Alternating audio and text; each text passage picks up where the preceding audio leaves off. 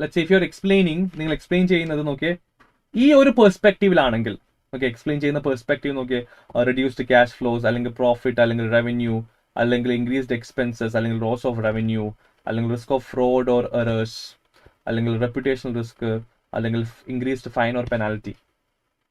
എന്നുവെച്ചാൽ കമ്പനിയുടെ പ്രോഫിറ്റബിലിറ്റി, അല്ലെങ്കിൽ കമ്പനിയുടെ ക്യാഷ് ഫ്ലോ, കമ്പനിയുടെ റെപ്യൂട്ടേഷൻ, ഇതിനെ പറ്റിയിട്ടാണ് നിങ്ങൾ എക്സ്പ്ലെയിൻ ചെയ്യുന്നത് എന്നുണ്ടെങ്കിൽ, ഈ ഒരു പെർസ്പെക്റ്റീവിലാണ് നിങ്ങൾ എക്സ്പ്ലെയിൻ ചെയ്യുന്നത് എന്നുണ്ടെങ്കിൽ, you are talking about what? Business risk. ക്ലയന്റിന്റെ പ്രോഫിറ്റ് കുറയും, ക്ലയന്റിന്റെ അസറ്റ്സ് നഷ്ടപ്പെട്ടു പോവും, അല്ലെങ്കിൽ എക്സ്പെൻസ് കൂടും, റെപ്യൂട്ടേഷൻ നഷ്ടപ്പെടും. ഇങ്ങനെയാണ് പറയുന്നതെന്നുണ്ടെങ്കിൽ ഇത് കമ്പനി എഫക്ട് ചെയ്യുന്ന കാര്യങ്ങളല്ലേ, അല്ലേ? കമ്പനി അല്ലെങ്കിൽ ബിസിനസിനെ എഫക്ട് ചെയ്യുന്ന കാര്യങ്ങളാണല്ലോ, ബിസിനസിനെ എഫക്ട് ചെയ്യുന്ന കാര്യങ്ങളാണല്ലോ. then it is business risk. Okay, പല സ്റ്റുഡൻസും തെറ്റായിട്ടാണ് എക്സ്പ്ലെയിൻ ചെയ്യാറുള്ളത് കാര്യങ്ങൾ. അപ്പൊ നിങ്ങൾ ഇങ്ങനെ പറയുകയാണെങ്കിൽ ഇറ്റ്സ് ബിസിനസ് റിസ്ക്. ഇത് നമുക്ക് എവിടെ ആവശ്യം എന്നറിയോ? ഓഡിറ്റ് റിസ്കിലല്ല. നമുക്കിത് ഇന്റേണൽ കൺട്രോൾ ഡെഫിഷ്യൻസി പറയുമ്പോഴാണ് ഈ വേർഡിങ്സ് ആവശ്യമുള്ളത്. മനസ്സിലാക്കാം, നമ്മൾ ഇന്റേണൽ കൺട്രോൾ ഡെഫിഷ്യൻസി പറയുമ്പോഴാണ് ഈ വേർഡിങ്സ് നമുക്ക് ആവശ്യമുള്ളത്.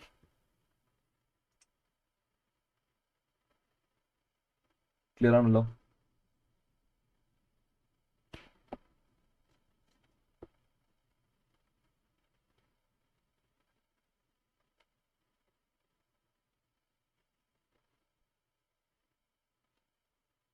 ആൻഡ് ഈ ഒരു എക്സാമ്പിൾ എടുക്കാം നമുക്ക്.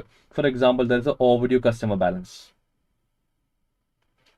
എന്ന് വെച്ചാൽ നമ്മുടെ കസ്റ്റമർ എന്ത് ചെയ്തിട്ടില്ല, കുറേ സമയം, അല്ലെങ്കിൽ പേയ്മെന്റ് ഇസ് ഔട്ട്സ്റ്റാൻഡിങ്, ആൾ പറഞ്ഞ ഡേറ്റിലൊന്നും പൈസ തന്നിട്ടില്ല, ഒരുപാട് കാലമായിട്ട് എന്താണ് പെൻഡിങ് ആണ്. അപ്പോൾ ബിസിനസിന്റെ പെർസ്പെക്റ്റീവിൽ ആലോചിക്കാം. ഇപ്പൊ നിങ്ങൾക്ക് ഒരു ബിസിനസ് ഉണ്ട്, എന്നിട്ട് കസ്റ്റമർ എന്ത് ചെയ്തിട്ടില്ല, പൈസ തരാന്ന് പറഞ്ഞിട്ട് തന്നിട്ടില്ല, മുങ്ങി നടക്കാണ്, പൈസ തന്നിട്ടേ ഇല്ല, മുങ്ങി നടക്കാണ്. അങ്ങനെയാണെങ്കിൽ കമ്പനിക്ക് ഉണ്ടാവുന്ന നഷ്ടം എന്താ? ഒന്നാമത് കമ്പനിയുടെ പൈസ അല്ല, ക്യാഷ് ഫ്ലോസിന് എഫക്റ്റീവ് അല്ലെ, കമ്പനിയുടെ ക്യാഷ് ബാലൻസ് കുറയും, അല്ലെങ്കിൽ ക്യാഷ് ഫ്ലോസ് കുറയും. അതുപോലെ എന്ത് ചെയ്യും, അയാൾ പൈസ തന്നിട്ടില്ലെങ്കിൽ കമ്പനിയുടെ പ്രോഫിറ്റും കുറയും അല്ലെ, കമ്പനിയുടെ പ്രോഫിറ്റും കുറയില്ലേ അല്ലെ, അയാൾ പൈസ തന്നില്ല, അപ്പോൾ കമ്പനിക്ക് അത് നഷ്ടമാണ്. അപ്പോൾ റവന്യൂ, അല്ലെങ്കിൽ സോറി, നമ്മുടെ പ്രോഫിറ്റ് എന്ത് ചെയ്യും, കുറയും. അപ്പൊ ഇങ്ങനെ പറയുകയാണെങ്കിൽ അത് ബിസിനസ് റിസ്ക് ആയിട്ടോ. ഓക്കെ, അതേ സമയത്ത് നിങ്ങൾ പറയുന്നത് നോക്കിയേ ഈ ഒരു പെർസ്പെക്റ്റീവ് ആണ്, എന്ത്?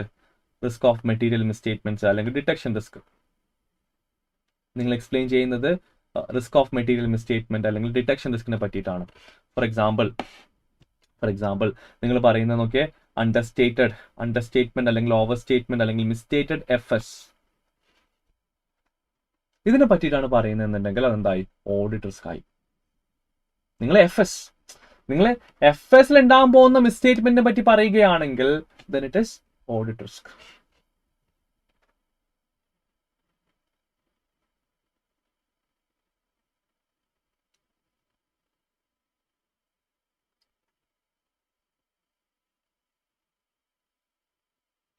ഫോർ എക്സാമ്പിൾ നോക്കിയേ, ലെറ്റ്സ് സേ ഫോർ എക്സാമ്പിൾ നോക്കിയേ, നിങ്ങൾ എക്സ്പ്ലെയിൻ ചെയ്യുന്ന പെർസ്പെക്റ്റീവ് നോക്കിയേ, നിങ്ങൾ എക്സ്പ്ലെയിൻ ചെയ്യുന്നത് നോക്കിയേ എമൗണ്ട് റിക്കവറബിൾ അല്ല, അതുകൊണ്ട് ബാഡ് അപ്റ്റ് ഉണ്ടാവും. ബാഡ് അപ്റ്റ് ഉണ്ടായി കഴിഞ്ഞാൽ കമ്പനിയുടെ ക്യാഷ് ഫ്ലോസ് കുറയും, പ്രോഫിറ്റബിലിറ്റി കുറയും എന്ന് പറയാണ്. അങ്ങനെയാണെങ്കിൽ എന്താണ്? It's A business risk. അതുപോലെ ഈ സെയിം സിറ്റുവേഷൻ നിങ്ങൾ ഇങ്ങനെ പറയാ, എന്ത്? എമൗണ്ട് റിക്കവറബിൾ അല്ല, അതുകൊണ്ട് എന്ത് ചെയ്യണം?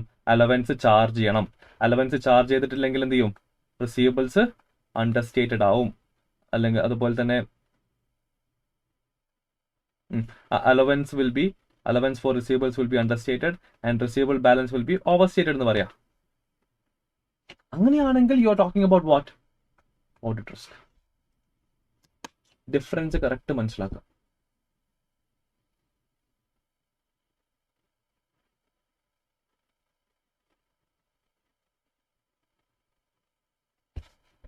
ക്ലിയർ ആണല്ലോ? അപ്പൊ നിങ്ങൾ പറയാണ് FSനകത്ത് മിസ്സ്റ്റേറ്റ്മെന്റ് ഉണ്ടാവും, അണ്ടർസ്റ്റേറ്റ്മെന്റ് അല്ലെങ്കിൽ ഓവർ സ്റ്റേറ്റ്മെന്റ് അല്ലെങ്കിൽ മിസ്സ്റ്റേറ്റ്മെന്റ് ഉണ്ടാക്കുമെന്ന് പറയുകയാണെങ്കിൽ then it is an audit risk. ശരിക്കും ശ്രദ്ധിക്കണം, ഇവിടെ അക്കൗണ്ടിങ് ട്രീറ്റ്മെന്റ് വെച്ചിട്ടാണ് പറയുന്നത്. നമ്മൾ എന്ത് ചെയ്യണം? എമൗണ്ട് റിക്കവറബിൾ അല്ലെങ്കിൽ റിസീവബിൾ ബാലൻസ് റിക്കവറബിൾ അല്ലെങ്കിൽ എന്ത് ചെയ്യണം? കമ്പനി അലവൻസ് ചാർജ് ചെയ്യണം. അലവൻസ് ചാർജ് ചെയ്തിട്ടില്ലെങ്കിൽ എന്ത് ചെയ്യും? റിസീവബിൾസ് ഓവർ വാല്യൂഡ് ആവും അല്ലെങ്കിൽ ഓവർ സ്റ്റേറ്റഡ് ആവും. അതുപോലെ തന്നെ അലവൻസ് ചാർജ് ചെയ്തിട്ടില്ലെങ്കിൽ പ്രോഫിറ്റ് എന്ത് ചെയ്യും, ഓവർ സ്റ്റേറ്റഡ് ആവും.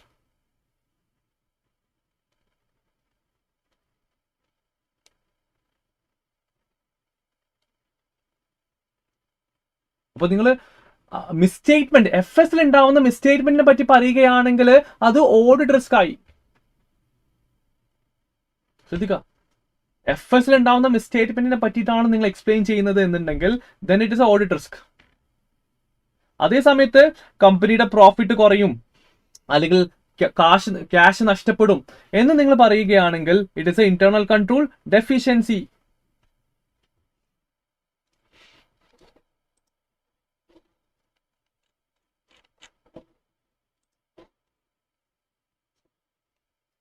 ക്ലിയർ ആവുന്നുണ്ടോ?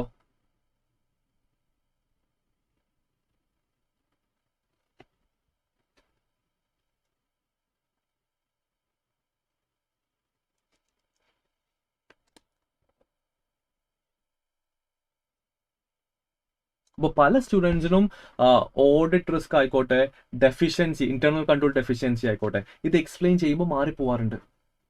അപ്പോൾ അത് മാറിക്കഴിഞ്ഞാൽ നമുക്ക്, ഞാൻ നേരത്തെ പറഞ്ഞ പോലെ, നമുക്ക് കിട്ടുന്ന ഈസി മാർക്സ് എന്ത് ചെയ്യും, അതങ്ങ് പോയി കിട്ടും. അപ്പോൾ ഇത് നല്ല പോലെ ശ്രദ്ധിക്കുക. അപ്പോൾ നിങ്ങൾ അക്കൗണ്ടിങ് ട്രീറ്റ്മെന്റിനെ പറ്റി ആലോചിക്കുക. എന്നിട്ട് അക്കൗണ്ടിങ് ട്രീറ്റ്മെന്റ് കറക്റ്റായിട്ട് ചെയ്തിട്ട് ഇല്ലെങ്കിൽ ഉണ്ടാവാൻ പോകുന്ന മിസ്റ്റേറ്റ്മെന്റിനെ പറ്റി പറയുകയാണെങ്കിൽ ഇറ്റ് ഈസ് ഓഡിറ്റ് റിസ്ക്. അപ്പോൾ ഇവിടെ നമ്മൾ എന്ത് ചെയ്തു, പറഞ്ഞു എന്ത്, അലവൻസ് ക്രിയേറ്റ് ചെയ്യണം. അലവൻസ് ക്രിയേറ്റ് ചെയ്തിട്ടില്ലെങ്കിൽ അലവൻസ് അണ്ടർസ്റ്റേറ്റഡ് ആവും, അല്ലെങ്കിൽ ആൻഡ് ഓൾസോ റിസീവബിൾസ് ഓവർസ്റ്റേറ്റഡ് ആവും എന്ന് പറഞ്ഞു. അങ്ങനെ പറയുകയാണെങ്കിൽ ഓഡിറ്റ് റിസ്ക്.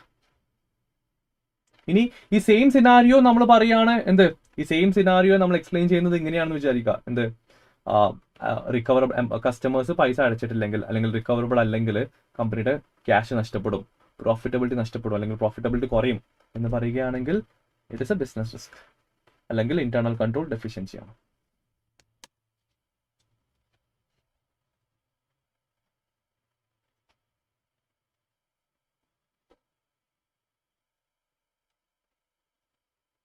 ക്ലിയർ ആണല്ലോ? ഇത് നമ്മുടെ മൈൻഡിൽ ഉണ്ടായിരിക്കണം. അപ്പോഴാണ് നമുക്ക് കിട്ടുന്ന മാക്സിമം മാർക്സ് ക്യാപിറ്റലൈസ് ചെയ്യാൻ പറ്റുള്ളൂ.